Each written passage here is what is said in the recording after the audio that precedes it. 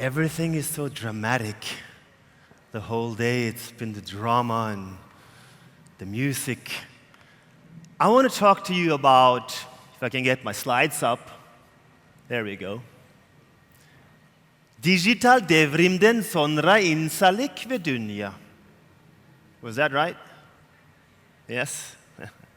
So we talked a lot about the crisis and the challenging times that we are facing. And after 2 days, I want to talk a little bit about how we can cope with the crazy world that we have created.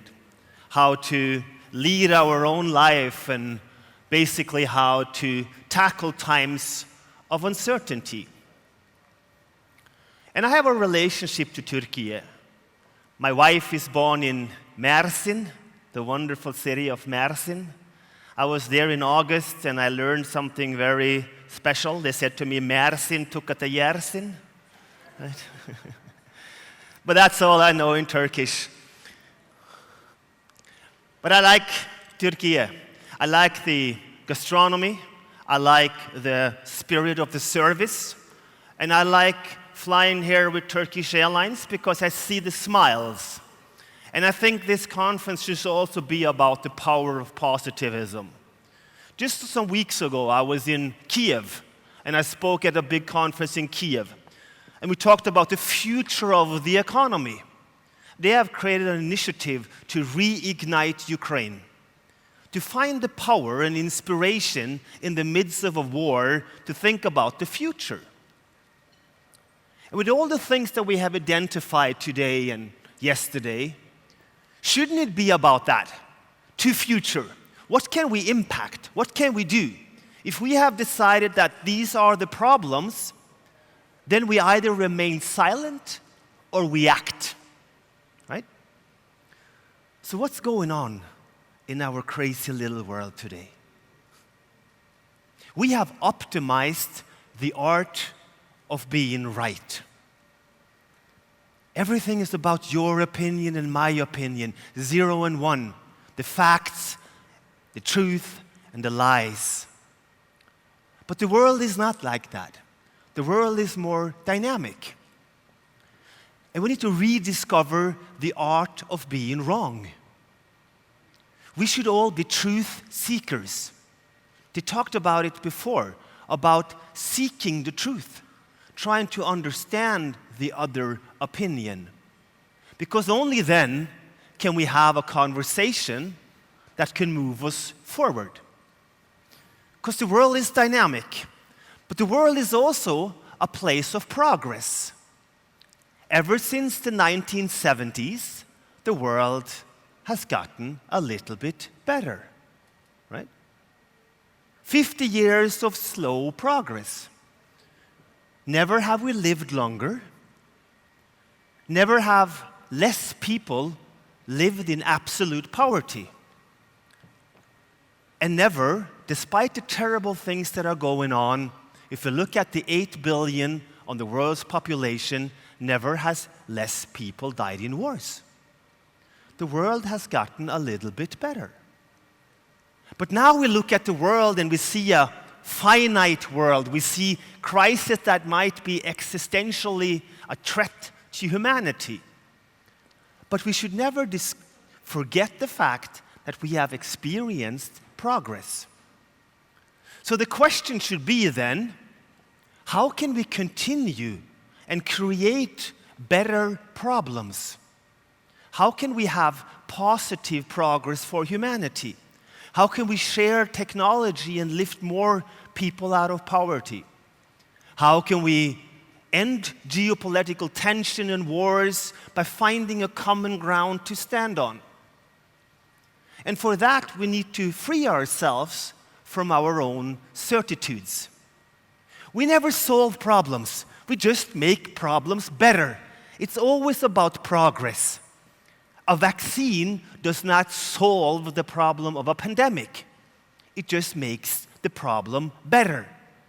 I put something into my body that should not belong in my body, but I'm not dead. And that's a positive progress. I mean, I don't know how it is to be dead, but I think it's really boring.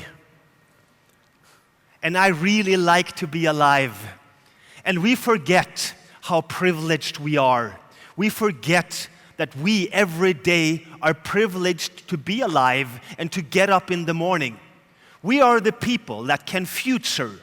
And never on this planet, never ever in history, has someone had more capacity to future than you. We have some kind of economy, we have a lot of technology, and the challenge is about what do we do? What do you do? Why do you get up in the morning? What kind of problem are you working on? We can talk about the problem, but what problem are you working on? I just came over a conference in Germany. It was the Family Business of the Year award. And a woman won this award. And she came up on stage and gave her speech and talked to the audience. All the big companies in Germany were there, 400 billion euro revenue. And she went up on stage and she told the audience that now she has worked enough. It's time to give the CEO and the management to her children. And that's what family businesses do. They are not in it for a finite game. They are in it for generations, for infinity. And she talked about the problems that we have today. She talked about technology and the global geopolitical tensions and poverty and everything. And she said one thing. One thing. I am only worried about one single thing. That we do not try enough. That we do not put in the effort to make the world a little bit better. And then she welcomed her children up on stage to take over the management of the company. The children were 58, 60, and 62 years old. So Mrs. Bush had been running the company until she was 89. And she was only about how do we put in the effort? How do we take enough action? Goethe wrote in his famous global Faust about it's not about the talk, about the word. It is about the action that we take. How can we build prosperity for posterity? By creating better problems, by striving for progress. And if we want to understand this madness that we call society, I think we have to rethink the economy. The economy is the operating system of our society. Everything has a price and has a value. You go to Davos, to the World Economic Forum, it's all about the future of the economy. If we want to build a social, ecological market economy, it becomes social if there is something to distribute, if there is money to give for services for the people. And it becomes ecological if ecology and economy becomes synergetic. We're not saving the world. We are fighting for human existence. That our children, our grandchildren can continue to experience this that we have, that we get up every morning. That's what we're doing. So if we can put climate and everything into the economy, and we have an incentive for change, then it will become powerful. And we created this AI, right? All of a sudden we had artificial intelligence. I love AI. It's my initials, right? Artificial intelligence. But we underestimated the power. We thought it was going to take away all the cheap labor and the easy job. And all of a sudden, we had knowledge for everyone for free, theoretically. It attacked the experts. Because all experts are experts because they have a lot of information. And technology is very good with information. We're not experts. We are professional amateurs. We should work hard, and we should always have a learning mind. Shosin from Buddhism, right? The progress part. This is what we do. And we built a knowledge society and educated knowledge workers. And then we understood that technology is much better at knowledge, but what we have is understanding.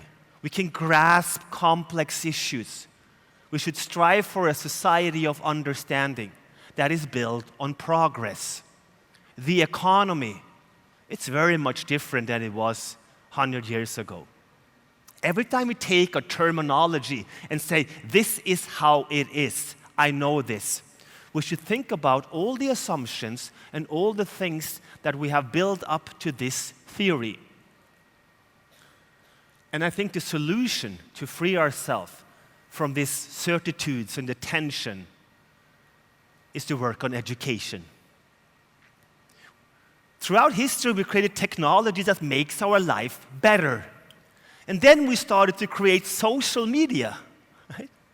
What is social media?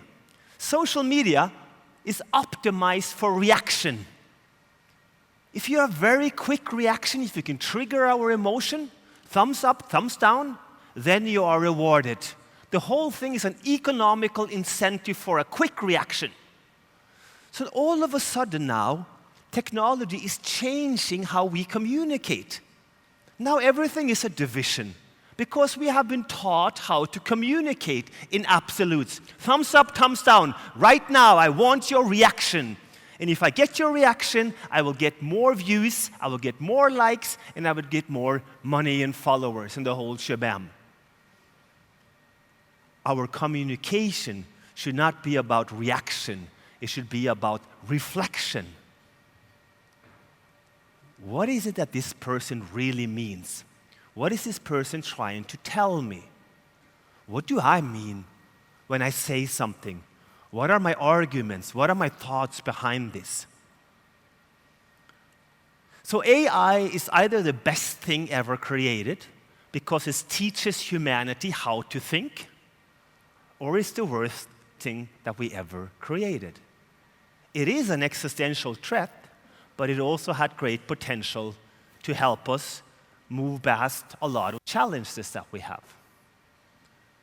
But the interesting thing about technology, when we now move into an era where will have quantum computer or quantum hybrid computers, is that all of this will be on steroids. We will have a digital tsunami. And if I ask you today, if you can create any world, which world would you create? The theme of this conference is to highlight the challenges that we are facing.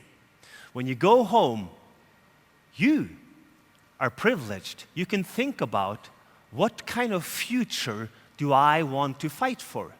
What kind of future do I want to strive for with my colleagues, my peers, my families? What is it worth living for? And this liveliness and this new way of economy is what I call the quantum economy. Because the economy is much more like quantum physics than the linear models that we have. In business, in the economy, it is not about winning or losing. It is about playing as long as we can.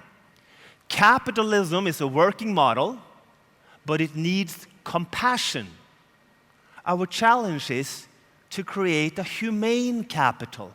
Why should we have business if it doesn't serve humanity? Why should we build companies if they're not social for us? Why should we make money out of making money and exploiting other people when we can put at the heart of the economy the problems that we face? And I think this is how we should look at the times that we are in, the times of climate, how we can build better problems. And this is the quantum economy. The quantum economy, I think, has the potential to tackle climate in a very simple term. Because we have started, like we do today, we talk about crisis, but climate and ecology, if we try to limit ourselves, try to reduce everything, and everything is a crisis. If you wake up and you listen to crisis every single day, what do? You get tired, you get depressive, you don't act. Of course we need regulation. Of course we need to limit our consumption in the Western world. Of course, we need to build circular economies and regenerative approaches. But the big force is to rethink. Rethink how we look at problems and challenges. Is flying bad for humanity? We think flying should be reduced. That's the narrative. And maybe it is like that. But if you look at it, flying is not bad. It's the best thing we do because we come together and speak across countries. We gather here to discuss issues in real time. We get together and get along. The problem is the technology with which we fly. So the whole emphasis should be of how can we change the technology? How can we build a vacuum cleaner that sucks CO2 out of the air? We can only do this if there is a business model to that. That's the challenge. And the other part is, if you look at how the world evolves, do we think it's realistic to fly less enough? Go to the Istanbul airport or the Frankfurt airport. People are flying like crazy. Even the sustainability experts are going on a sabbatical, right? The only thing that changed, we're not putting the photos on Instagram anymore. We still fly. And then we look at how the world evolves. Look at Africa, 1.5 billion today. The young population, they will grow to 4 billion people. And they should also be able to fly once a year on a holiday, so we've found airlines. And how it is approached in the narrative of the economy is that we take all the old airplanes and we take off the commercials and we ship them and found new airlines. And all of a sudden, we have 1 billion new passengers that want to fly. We have made the problem worse. So all our emphasis should be in progress of technology, to invest in technology. And this is what the quantum economy is about. It's about an understanding to unleash the potential of technology, the positive aspects of technology. Only by doing so can we cope with all the things that we have created. The only thing humanity has is progress, positive progress, infinite progress. And that's worth striving for, because that's when we learn, that's when we experience, that's when we have good feelings that we have overcome challenges. And this is what I want to do with you. Because I've been listening for the past 2 days, and you are leaders of change. We gather here from all countries. A lot of young people here today. If it's not going to be you, who is it going to be? You are here together, connected across borders, a very young audience. You are leaders of change. And I strongly believe that not crisis and negativity will help us. I think we have to find an incentive for change. My wife was born in Madison, but she has a Syrian heritage. So we have some Arabic power, some fire, and I'm a cold Norwegian. What happens when ice and fire meet? It can be very explosive. It has advantages, but it also has disadvantages. When I say to my wife, "Crisis, you have to change now," she looks at me and says, "Can you please go outside and sleep for 2 weeks outside and come back when you're normal?" Right, woman? The only chance if we can change something, I have to find an incentive. I have to figure out how can I move you into a positive change. To change behavior, consumption, crisis of war has to come out of an incentive. Why should I stop? Why should I change my mind? That's the power of change. Those are very small things, small steps every day. And you are the leaders of change. And some of you might know these young boys, men. They're from my home country, Norway. A lot of snow, yes, we have oil money, but that's not the answer. All of a sudden, country like Norway, they're not very famous for their high-performance culture. All of a sudden, they have all these athletes. The best golfer in the world, top 3 tennis player, the best beach volleyball players are from Norway, the best triathletes, the best track and field runners. All of a sudden, and it's not just in sport, they have the startups and the things that are coming in ecology. And I was very interested in how that came to be. So I just wrote the book called The Norse Code about the secrets behind this success. But what intrigued me the most was they are not only the best, they are the most liked. They are popular from their opponents. They are popular from referees and media. They practice team play. They come together and collaborate, even if they do individual sports. How can you create a high-performance culture and put in the action and have that rooted in values? And Turkey has a lot of strong values. And the region of bringing the people together should be about that. How can we put in the effort? How can we build a high-performance culture rooted in values? I am because you are, right? It's an interdependence. We only exist in relation to other human beings. And I want to end this two-day wonderful conference with some takeaways on how we can cope with the world and its uncertainties and how you can become a leader of change. 5 things I took out for this short session. And number 1 is practice analytical skills. Practice analytical thinking. Learn how to love complexities. The world is not simple. It's very complex in many terms. If you learn how to love complexity, then you will learn how to navigate ambiguous situations. We need a high tolerance of ambiguities. And we also need to tackle the unknown. This is the world we live in. So practice analytical thinking. Not what to think. That's what we learned in school. This is 1973. This is right, this is wrong. Not what to think, but how to think. We need to learn how to learn. We shouldn't practice creativity. We should stop training not to be creative. Every child, if you have children, you know, we are born with an empty storage, and then we start to navigate. My little daughter went past the escalator a couple of months ago, and she saw this red big button. And she went about and said, "What does this button do, Daddy?"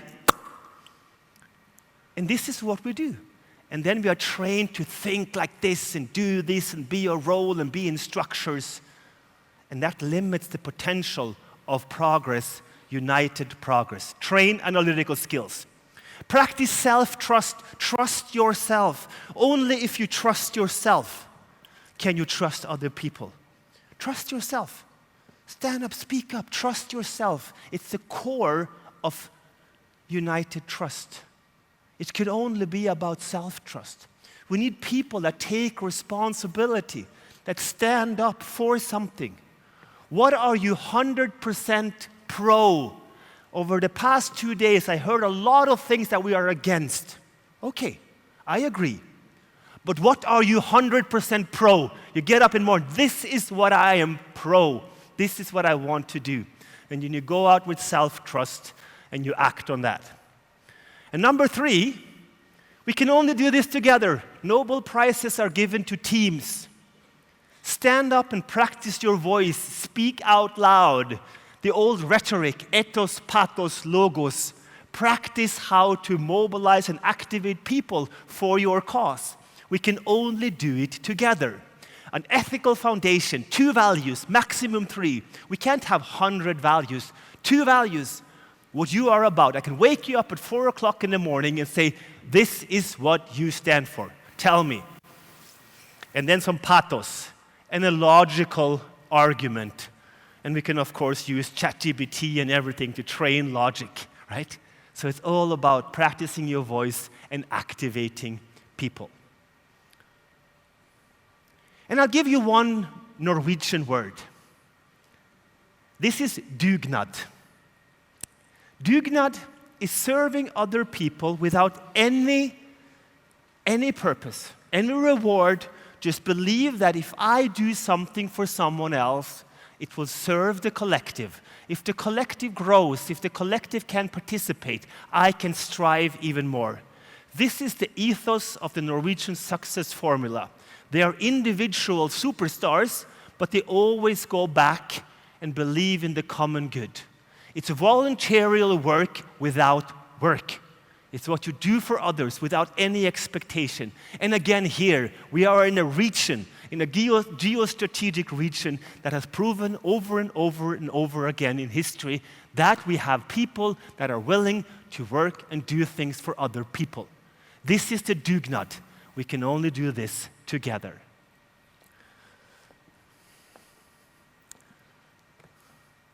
And the last one, is that right? Yes. Should have fun. We should have fun. The most contagious virus in any culture for all the countries that you are in. If I visit your country and I smile, you will smile back. Maybe awkward because you don't know how it is when people smile at you, but you will smile. It's a contagious virus. Negativity breeds negativity. The power of positivism. And coming back to my visit in Kiev, yes, I cried on stage. I had the feeling. And then I go out and talk to the people, and they are passionate to build and rebuild. And they have the power, and they put in the power every single day. And I think, how the hell, coming from Norway, have not experienced any crisis in my whole life. And this to me is a vision that if they can, then all of us can. Put in the positivity. Put in the progress and learn to enjoy progress. There are two types of game. One is the sport game, like football when Norway play Turkey and we win, yes, and you go home crying. That's a finite game, okay? That's a finite game. And we have a lot of finite games. In politics, the elections is a finite game. In business, it's about the milestone and the goals. But then you have the infinite game. And the infinite game is about playing, staying in the game. And this is life. Nothing in terms of ecology and business can be about finitude. It cannot be about absolutism. It can be about local and global, short-term and long-term. It's about staying in the game. And if we stop playing, we risk growing up. We risk getting old. And we should enjoy this wonderful journey that we call life. Whoa. And I love technology. I love technology. I have invested in tech companies, in quantum tech and AI.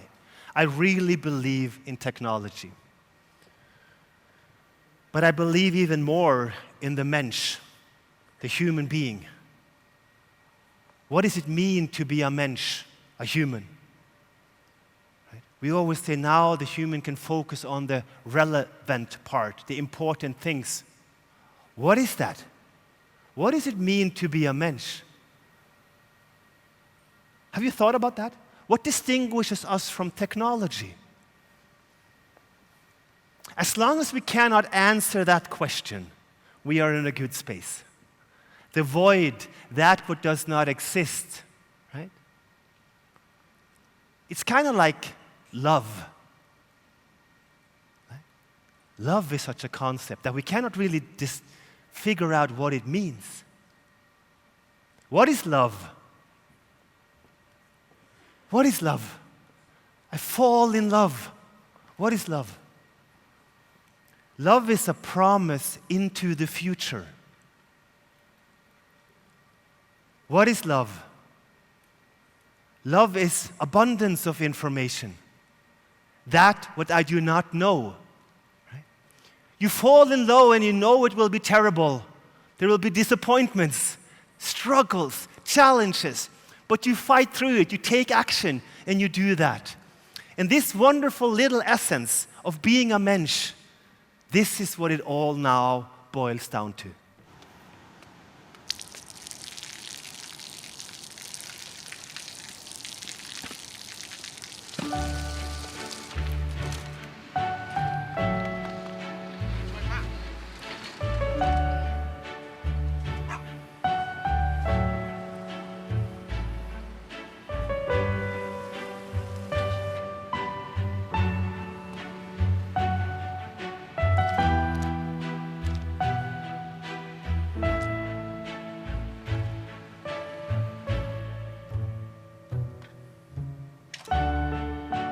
เขาจะได้อะไรถ้าเขาทำแบบนี้ทุกวัน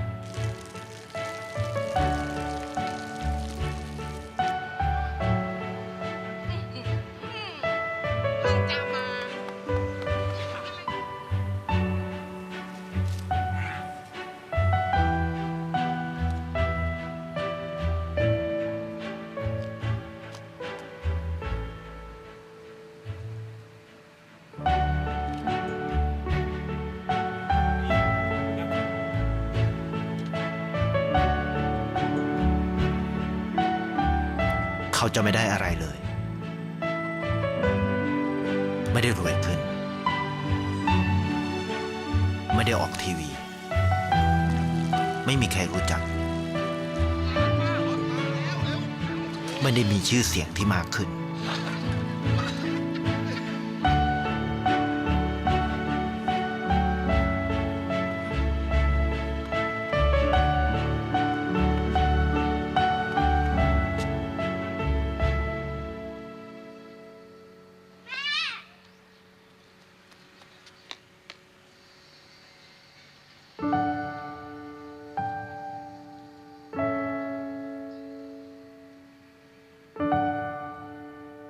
เพราะสิ่งที่เขาได้คือได้แค่ความรู้สึก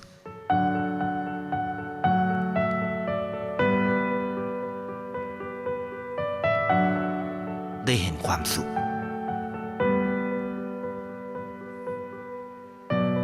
ได้เข้าใจ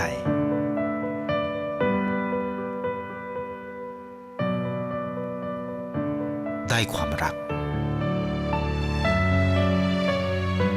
ได้ในสิ่งที่เงินซื้อไม่ได้ได้โลกที่สวยงามกว่าเดิม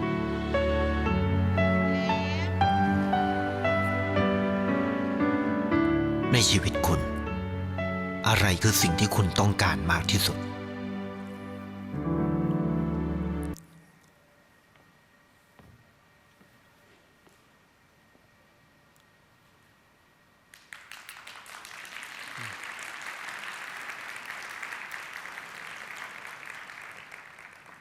Thank you. What is it that you desire the most?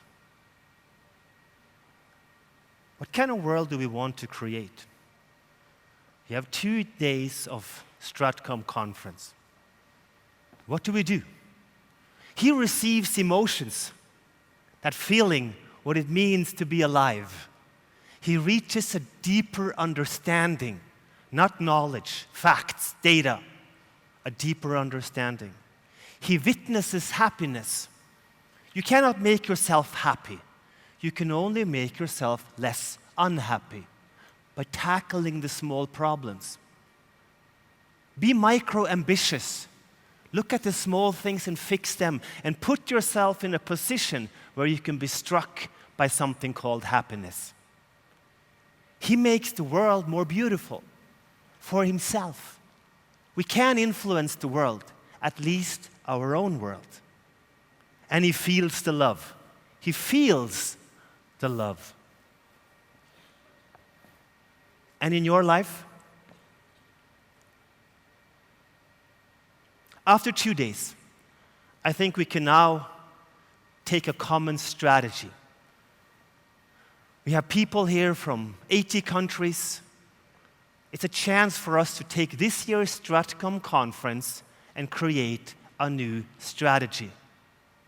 And the strategy should be about trust. Our theme for the conference should be about trust. Trust is not about transparency and validating data. If we have all the knowledge and all the data, it makes trust obsolete. We need to work on the technical validation, but we also need to work on what we think that we can achieve together. And that comes from our actions and our belief that the future can be better. The belief that the person sitting next to you can be trusted again and again and again. And with all the disappointments, you grow, you learn, you move forward. So can we please all agree that after these 2 wonderful days, let's trust in a better future. Let's trust that we can create better problems. Let's think about how privileged we are to be alive and to be in a place where we are allowed to future, where we can shape at least our own reality. I wish you a wonderful night of reflection, and I wish you a wonderful journey of shaping this future that we can make brighter than it is today, because you are the leaders of change. Thank you so much. Thank you. Thank you. Thank you.